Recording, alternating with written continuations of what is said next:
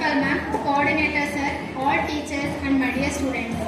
Welcome you all to Inter-House competition is organized by our school on the account of Youth Day. Green is associated with nature. It also evokes the feelings of freshness and peace, and it also symbolizes the concepts related to environment. Now I would like to welcome you all to our house competition. Now our Evergreen House are going to perform a small skit for you. The play was prepared by insight of the values and dedication to being a mom. We are all know everyone lead a comfortable life and all different type of life, but how much sacrifice, patience and dedications are required to being a mom is very important. Now our little chums of Greenhouse are going to perform all these concepts in front of you. Give them a big round of applause. Welcome you children.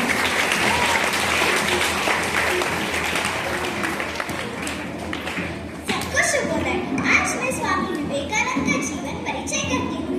उनका जन्म 12 जनवरी 1863 को कोलकाता में हुआ था। उनका बचपन का नाम नरेंद्रनाथ दत्ता था।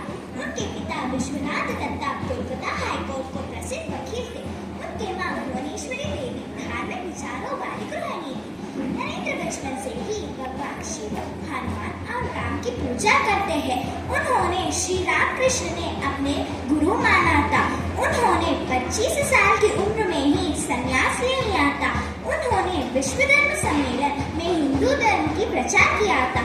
उन्होंने अमेरिका में रामकृष्ण मिशन को भाई शाखा स्थापित की। उनका निधन 4 जुलाई 1902 को कोलकाता में पास हुआ था। उनका निधन 39 साल की उम्र में हुआ था। उनके विचारों युवाओं के लिए प्रेरणा स्रोत है।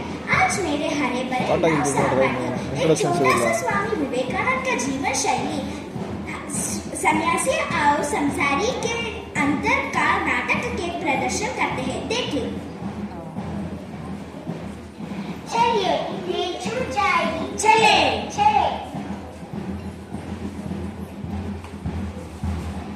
यहाँ ये स्वामी जी बैठे हो।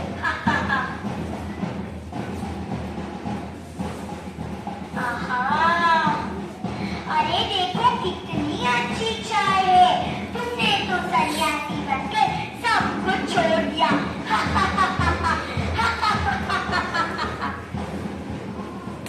इसलिए तुम्हारा पास पैसा भी नहीं है। इसे तुम कहाँ भी खरीद कर पी सकते हो। अगर मेरी तरह काम दाम करते तो ऐसी हालत नहीं होती।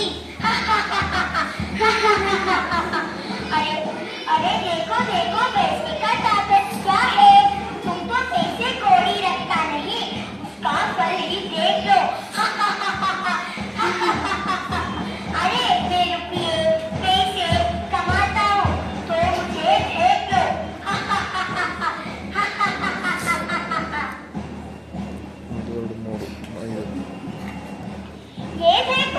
ये देखो पूरियाँ, कचौड़ियाँ, पेड़े, मिठाइयाँ क्या बिना पैसे के मिल सकती है।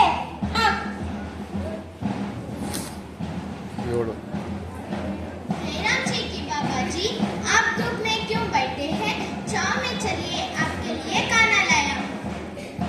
भाई, मुझे ऐसा लगता है कि आप मुझे भूल गए हो। शायद किसी दूसरे को देने के लिए लाए हो। भूल से मेरे पास आए हैं। आप वही साधु है जो मैंने देखा। आपने मुझे कहाँ देखा? सपने में। क्या कहा सपने में? मैं एक हलवाई हूँ। मेरी मिठाई की दुकान है। सपने में श्री राम जी आकर मुझसे कहा रहे थे, मेरा एक साधु स्टेशन पर पड़ा हुआ खाए बिना दुख भोग रहा है। बस उसने कुछ खाया पिया नहीं है। तुम तुरंत जाकर उसके सेवा कर दो। तब मैं बिस्तर से उठा और तुरंत आपके लिए खाना लाया। आपका बहुत धन्यवाद। अरे खाए ना बाबा जी। कचौरियाँ, पेड़े, मिठाइयाँ तो शुद्ध घी में बनाया है। खाइए। हाँ बात।